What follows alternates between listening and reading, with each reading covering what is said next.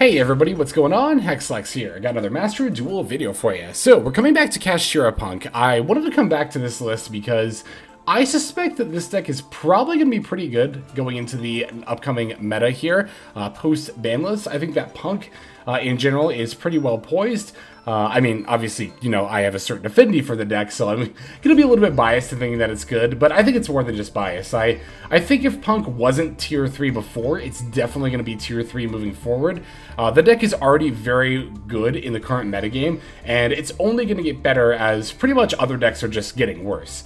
Particularly, I wanted to come back to Kashtira Punk because I wasn't really satisfied, actually, with the first iteration of it I showed here on the channel, and I wanted to move into a list that actually focused more on Kashtira stuff. I think, because here's the thing, right? My initial build that I first made before the first deck profile for Kashtira Punk did actually have a Riseheart and some of the like rank 7 shenanigans going on, but I decided to take those out because I thought they conflicted too much with the Punk game plan. But I think really what was happening was I was just trying to do too much in one deck, right? I wanted to play the Punks, including Sharakusai and Amazing Dragon and Rising Carp, you know, the full Punk engine, but I still wanted to hang on to Assault Synchrons and Bestials and Chaos Ruler while also still trying to do Kashtira stuff, and I think that was a bit too much. So rather than lean more into the Bestials and Assault Synchron, which I think might be better, but I don't know for sure yet. I wanted to test with the Kashtiras just to see if they maybe were the better variant, and I still don't have that answer conclusively at this point in time, but I will say that Kashtira Punk does have a lot going for it that Bestial and or Assault Synchrons in Punk doesn't necessarily. I think one of the main strengths that this deck has is its ability to make the Baronne often before you even begin your initial play, right? One of the most devastating things that can happen to your Punk combo line is when you activate Rising Carp and that gets hit with an Ash Blossom. That often just ends your turn with nothing on board, which sucks. That really sucks. Similarly, this deck is pretty susceptible to Nibiru, which I suspect might see more play post-ban list given how the meta is shifting. So I think a variant of this deck that can straight up put an Omni Negate before its main combo line is pretty cool. And often the way that it does this is with Kashtira Unicorn and Birth as well. So the fact that you can potentially go into Baronne and then use Birth to bring back the Unicorn, have that as potential disruption, and again, then go into your Punk combo line, I think that has a lot of merit. I think that might make this one of the better Punk variants moving forward. Of course, I'm going to be doing a lot of testing with Punk because 1, I love this deck, and 2, there are a ton of different ways to play it, and I don't think it's readily obvious which one is going to be the best here. So I wanted to give this one a fair shot, and of course I will be trying some other variants here in the future as well. One of the main things I wanted to point out about the extra deck is I'm actually not playing Chaos Ruler at all. You might notice I have 3 level 8 Synchros here, and Chaos Ruler is not among them. That's because Chaos Ruler is actually not that good in this particular variant of Punk, the Kashtira variant, and that's another thing I discovered, and why I think I was pretty unsatisfied with my previous list is I was trying to go into Chaos Ruler every turn, like it was still the Assault Synchron / Bestial focused Punk deck, but you know, when you're jamming in the Kashtiras, you end up with a significant fewer number of light and dark monsters, and even then, the only ones really playing here are like Foxy Tune and Ogre Dance, and by the time you've summoned your Chaos Ruler, you've already done enough of your Punk line that you don't need these cards anymore. In fact, you've probably already used their effects. You've almost assuredly used Foxy Tune's effect if you are synchro summoning a Chaos Ruler. So they end up not being that great of excavate targets, and as pretty much the only excavate targets, Chaos Ruler actually not that great in this deck. So trying out a few level 8s in addition to, of course, the Jam Dragon Drive. The Jam Dragon Drive is going to be the main level 8 synchro you're going to go for on turn 1 because it allows you to add the Ghost Ogre and Snow Rabbit. And Ghost Ogre, while there are better hand traps that are available in the meta, this is 1, searchable off of the Jam Dragon Drive, it's why we play it, and 2, actually not a bad card at all. And in fact, if Runic ends up seeing more play, which I suspect it will post-ban list, then the Ghost Ogre gets even stronger for its ability to counter the Runic Fountain there. But again, even in this current metagame, this already hits enough of the board and with enough impact that I don't think that this is just good only because it's searchable. I think it's also just a decent enough hand trap in its own right as well. So, other thing that we have kind of going on here is a couple of copies of Ascendant of Thunder. This deck does like to have some additional level 7s, not only for the potential to make Kashtira plays, which I actually haven't done yet in this particular iteration of the deck, but, you know, we have the extra deck space, so there's no reason not to include them in there. Plus, we also have the ability to summon them, so again, no reason not to include them in there. Ascendant of Thunder is also good as a level 7 body for making your level 10 synchros, but in addition to that, paying 3,000 life points is actually really, really good in this deck, specifically because of Psychic End Punisher. This is oftentimes one of your win conditions for the deck anyway, and so to be able to basically give it 3,000 attack points and really make it that much more difficult for your opponent to try to get this thing to be affected by card effects, yeah, it's a pretty good addition for multiple reasons there. I kind of want to try out a third copy of this, and to be fair, this is a light monster that you would want to grab off of Chaos Ruler, but I don't know, I'm still very on the fence of whether I would want to play Chaos Ruler in this deck or not, because again, the thing is, if you're already summoning Chaos Ruler, you're probably so committed to a combo line that Ascend of Thunder is probably not going to do you a whole lot of good at that point. But I mean, to be fair, it could still be used to just make a random level 10 synchro at the end of your combo, even if not at the beginning. So who knows? I could see that the Chaos Ruler is right to play over like the Dragite, for example. I'm trying out Dragite and Draco Berserker just to see if either is better or how often they come up. I haven't summoned, I don't think, either really ever at this point, so I don't really know how good they are. Oh, if you're wondering too what our water for Dragite is, it's Rising Carp. That's how we activate the Dragite to negate our opponent's spell and trap cards there. But as far as consistency and overall performance, I'm fairly satisfied with this list, and at the time that I'm recording this, it's actually the day before Rourkelos' next tournament, the RCS, and I think I'm just going to go ahead and end up playing this. So, who knows, I might have even topped or even won a small tournament with this deck by the time you're watching this. And if I did, then I don't know, yay me. I don't really know what I was going to say there. In any case, let's go ahead and break this list down card by card, and then we will look at some games. We're playing 3 Maxx, 1 Ghost Ogre and Snow Rabbit, 3 Ash Blossom and Joyous Spring, 1 Ukiyoe P.U.N.K Sharakusai, 1 P.U.N.K Wa Gon, 1 Joruri P.U.N.K Madam-Spider, 3 Noh-P.U.N.K Amin, 1 Kashtira Riseheart, 2 Noh-P.U.N.K Deer Note. We have 2 The Ascendant of Thunder, 2 Kashtira Fenrir, 3 Kashtira Unicorn, 3 Noh-P.U.N.K Foxy Tune, 3 Noh-P.U.N.K Ogre Dance, 1 P.U.N.K Jam Extreme Session, 2 Kashtira Birth, 2 Emergency Teleport, 2 Call by the Grave, 1 Crossout Designator, 2 Infinite Impermanence, and then 1 Joruri P.U.N.K Dangerous Gabu. It's going to be our main deck. For the extra deck, we are on 1 Ukiyoe P.U.N.K Rising Carp. Let's see, we have 1 Draco Berserker of the Tenyi, we have 1 Adamancipator Risen Dragite, 1 P.U.N.K Jam Dragon Drive, 1 Baronne de Fleur, 1 Swordsoul Supreme Sovereign Chengying, 1 Ukiyoe P.U.N.K Amazing Dragon, 1 Psychic End Punisher, 1 number 11 Big Eye, 1 number 89 Diablosis the Mind Hacker, 1 Dark Armed, the Dragon of Annihilation, 1 Kashtira Shangri-Ira, 1 number 38 Hope Harbinger, Titanic Galaxy, 1 Divine Arsenal, Zeus Sky Thunder, and then finally 1 Asa the Earth Charmer Immovable. That's going to do it for our list. Let's see some gameplay now. Alright, our first opponent is going to be on branded Tearlaments, 60 cards. This is going to be probably the last time, if maybe one of the last times, we'll see this deck in its current iteration. These games are, of course, going to be pre-banless, so right now the opponent is still on 2 Braided Fusion, the Merleys, and the 2 Grass as well.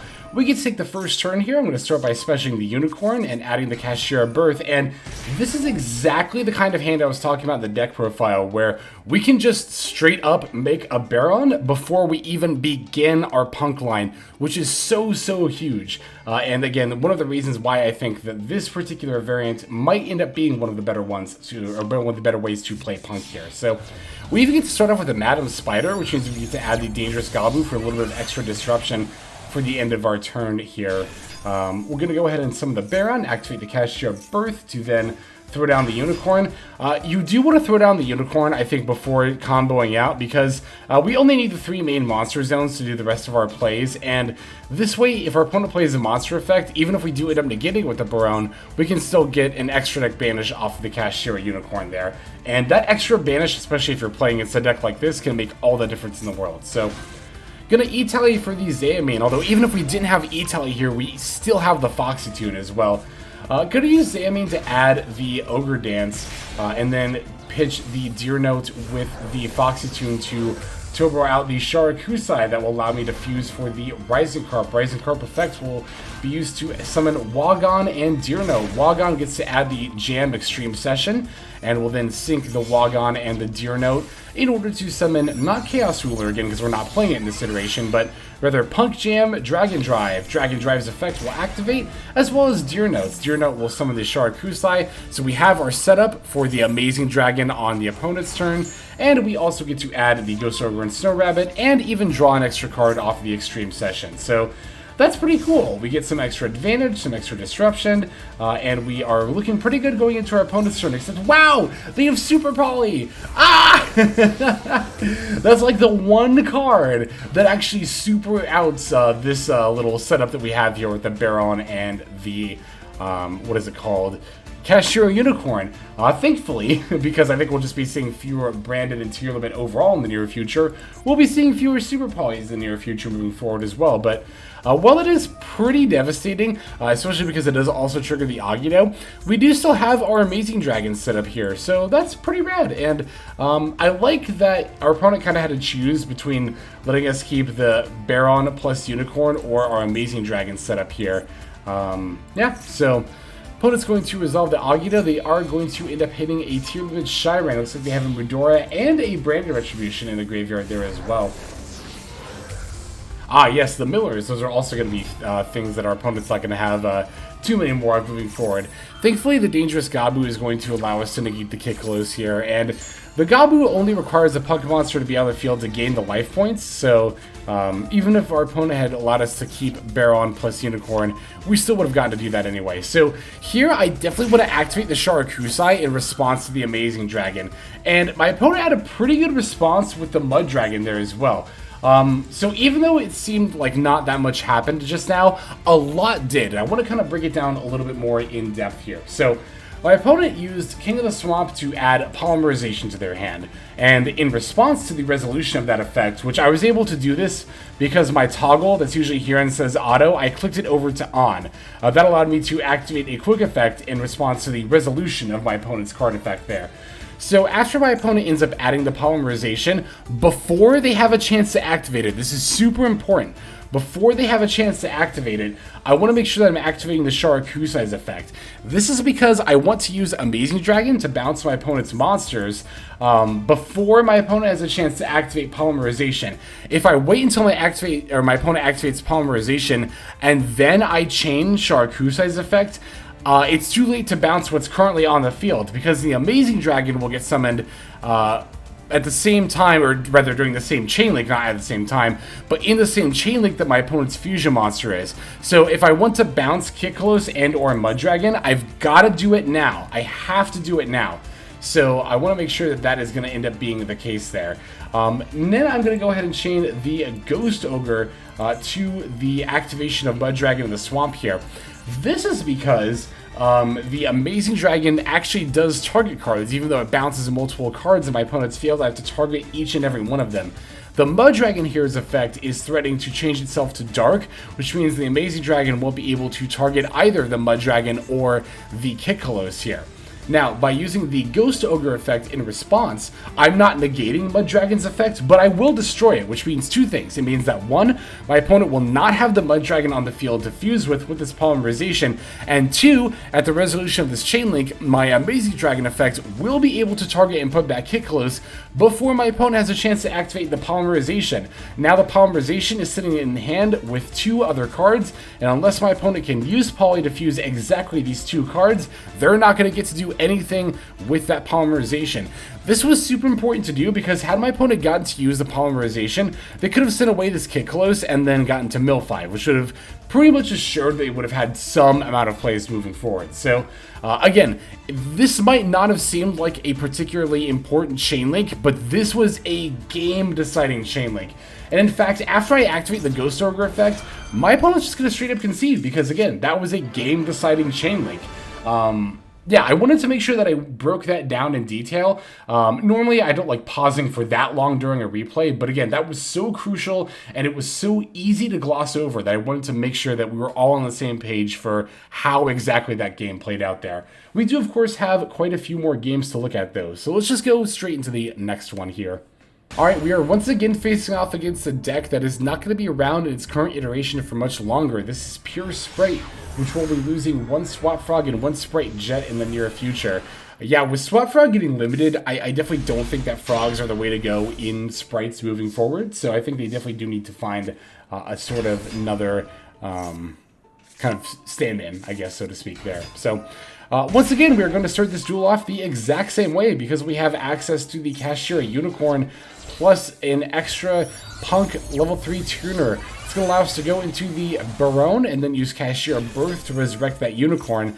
And then we get to go into our combo line. Here I'm going to start the combo line by using Foxy Tune, pitching Ogre Dance to summon Sharakusai, and then fusing the Sharakusai with the other Ogre Dance in hand there. So that's also why I like playing 3 Ogre Dance and 3 Foxy Tune, just having as many of the Punk monsters that we proactively want to open with. Same with the 2 Deer Note. Opening a lot of Punk monsters plus any of the Kashtiras, well, except Rise. Well, I mean, Fenrir can still normal Rise Heart, and then if you had E-Tel, you make up around, but long story short, the more Punk monsters you play, the more likely you are to open multiple Punk monsters, the easier it is to do this little play here where you open Baronne and then do the combo line. At that stage, it's more about just finding the Kashtira Unicorn and opening with that than it is about actually opening enough Punk monsters. So, here I'm going to use the field spell to summon an extra Adamancipator that will get me an extra disruption in the form of the Dangerous Gabu, and on top of that, an extra draw off the Extreme Session. Like, this is one of the things that I think is really cool about Punks in particular, is just how much advantage you can hit on turn 1. Like, look at this. We have 1, 2, 3, 4, 5, 6, 7, 8, 9, 10, 11 cards between our hand and field. When you open with 5 cards in the duel, that's an overall +6. A +6 in terms of card advantage on turn 1, and that also includes an Omni Negate, an extra deck banish, and bouncing multiple cards on the opponent's turn. Wow, and also a monster effect negate too. Wowie wow wow, and a monster effect destruction with the Ghost Ogre. Holy moly, I really like this deck. It's pretty good. So, but it's going to start by specialing Kashtira Fenrir and then move to battle phase. So this is pretty interesting, right? Because I basically have to decide how I want to address this Fenrir, because it is going to threaten to banish at least some amount of my board before my opponent begins to combo off. Also, keep in mind, at this point, I don't know what kind of deck my opponent is on, because they have not activated Kashtira Fenrir's effect yet. Activating Kashtira Fenrir's effect is a big giveaway to whether or not they are on Kashtira, because if they are on Kashtira as an archetype, they'll probably end up adding like the Riseheart, for example. But if they're not, they'll just add another Fenrir. So I think that's why my opponent elected not to activate the effect. Also, of course, it would allow me to negate with either Gabu or the Baronne. I am very hesitant to negate and destroy the Fenrir with Baronne here, just in case it is Kashtira and they can just summon another monster. But as they go to battle, I am going to go ahead and just use the Sharakusai effect to sync off into the Amazing Dragon. This I know will proc the Fenrir's effect. I'm just going to negate it with the Gabu here. And now my opponent can use Fenrir to battle over the Adamancipator if they would like to. Adamancipator gets to have its attack points, but 1200 still is enough to battle over the 600 defense. But yeah, now they can battle into the Fenrir if they would like to, but I am not going to be bouncing the Fenrir, again, just in case they are on pure Kashtira, which they're not, and you know, we know this as soon as we use Unicorn to banish the Sprint out of their extra deck. Excuse me. I was surprised to see the E-Telly, especially after getting to see their extra deck, but I figured it was still a good target to Ash Blossom anyway. They're going to follow up by normal summoning the Nimble Angler and then using it to bring back, or to go into Elf, and then using Elf to bring back the Nimble Angler there. I'm gonna not activate the Ghost Ogre just yet. I'm waiting for Gigantic Sprite. Ghost Ogre is actually a really good counter to Gigantic Sprite because while Ghost Ogre does not negate effects, Gigantic Sprite cannot revolve. Gigantic Sprite, I didn't mean to say it like that. Gigantic Sprite cannot resolve unless they detach a material from Gigantic Sprite. And if you use Ghost Ogre to destroy Gigantic Sprite, it's no longer in the field, hence no material to detach, hence no summon. So, yeah, plus the only level 2 monster in the graveyard is just the Angler. I don't care if they bring that back, that's fine. So yeah, Elf is going to bring back Angler, and then my opponent concedes, because normally what they would do is, again, overlay into the Gigantic Sprite and then activate the effect. But again, they know I have the Ghost Ogre in hand because I activated off Jam Dragon Drive. So I get to just use that to destroy the Gigantic and effectively negate it. Plus, I haven't even used my Omni Negate with Baronne yet. Was definitely sitting on that just in case my opponent had some kind of a backup play or response to my plays there. So, good stuff. We have a couple more games to watch. Let's go straight into the next one. Alright, this time we find ourselves squaring off against Pendulum Magician. It's a pretty pure / dedicated Pendulum Magician deck. They are attacking Kashtira Fenrirs as well as some of the Valance field spells, but I don't find those to be particularly irregular attacks. We are going second this time, but we did also open Maxi and Imperm, so definitely have a lot to look forward to. I definitely should have Maxi during the draw phase. This was just me not paying attention and not doing that. But with Kashtira Fenrir, like not even just Kashtiras as an archetype and as a deck, but just Kashtira Fenrir being in so many decks, you pretty much want to just be using Maxi during the draw phase like all the time now. Unless you have a really bad opening hand and you need to draw some kind of like an out, like an engine or gas, then I think maybe we should be saving it. Who knows? So I'm gonna use Imperm on Beyond the Pendulum here. In hindsight, that might have been a misplay. I might have been better off just waiting for the Electromite because my opponent already has a Pendulum Scale and multiple monsters in the extra deck, so they're gonna get to summon Electromite no matter what here. Plus, I know they have the Fenrir in hand, so yeah, in hindsight, I definitely should have just allowed the, what is it called, the, Beyond the Pendulum to resolve. However, I'm not necessarily punished because we actually managed to draw the Ghost Ogre here. And while Ghost Ogre will not negate the first effect of Heavy Foe's Electromite, it will ensure that my opponent is not able to use any of the other effects. And simply adding a card to their extra deck face up after they've already Pendulum summoned is definitely not that great. My opponent was definitely looking to use the second effect of Heavy Foe's Electromite to add this Astrograph Magician back to their hand that would have allowed them to activate the Astrograph's effect, so on and so forth. So, in the end, never punished, always lucky. We managed to top deck the exact hand trap that was good to stop the Electromite there, but, you know, I should have waited for the Beyond the Pendulum, or, sorry, I should have waited for the Electromite and not used Imperm on Beyond the Pendulum there, but in any case, our hand is all gas moving forward into our opponent's turn. They're going to fire off a Maxi as well, which is only fair. I got one off, but it's really not fair because Maxi on turn 2 is definitely not nearly as good as Maxi on turn 1. So here, I want to talk about this Fenrir ad in particular. Here, I used Fenrir to grab the Kashtira Riseheart, which might seem a little bit weird. You might be wondering why I didn't use it to add Unicorn, or why I used it to add Riseheart when I had, you know, a whole lot of punk monsters in hand and was pretty much always going to go for a punk play.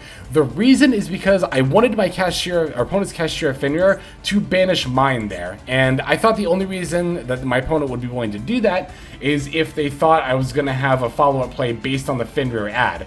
So I figured by adding Riseheart, right, I was getting my opponent to think, because they technically don't know what deck I am yet, I was getting to think that I was on a pure Kashtira deck, and that in turn, banishing my Fenrir was the right play here. But it's not. Actually, banishing my Wa Gon here would have definitely been, or, you know, one of my other punk monsters would have definitely been the far better play. So now I have the field spell established. I get to use the Foxy tune to summon, and then activate the effect of Sharakusai. This will let me fuse into the Rising Carp. This is definitely risky. I could very easily run into an Ash Blossom here. However, I will say that Pendulum Magician, I think that among meta decks, they're one of the fewest likely to actually play Ash Blossom because they already have to play so many cards. It's kind of like how Branded doesn't play Ash Blossom because they already have to play so many cards that are just dedicated to their like deck's core and engine. That I think Pendulum Magician often ends up being the same, and I figured it was a little bit more worth taking the risk here. Against a lot of decks, though, playing into Maxx, I would have been very hesitant to just go for a Rising Carp line like that. Alright, here I'm going to use the Extreme Session to summon out an Ogre Dance. Basically, I just want to summon both Pep and Amazing Dragon in the same turn here. But I'm going to lead with the Amazing Dragon and see if I can't clean up my opponent's board. I actually don't think I even need to summon the Pep here, right? Yeah, I can just go for Battle Phase, and yeah, that's exactly what I end up doing here. I'm just going to ultimately end up battling with a ton of my Punk monsters and getting in lethal that way. Good stuff, good stuff, good stuff. I think we have one more duel? Or was that the last one? I don't remember. If that was the last one, then we'll just move on to our outro, but I think we have one more left here. Okay, we do have one left. I thought as much. This is going to be against Subterror control. I mean, really, it's Subterror Guru control, because although we are using a few Subterror cards, you know, the Subterror deck doesn't really play the strategy the way that Konami wants you to, by summoning a bunch of big monsters face down. But anyway, going second here, I'm going to use the Ash Blossom against the Hidden City Search here.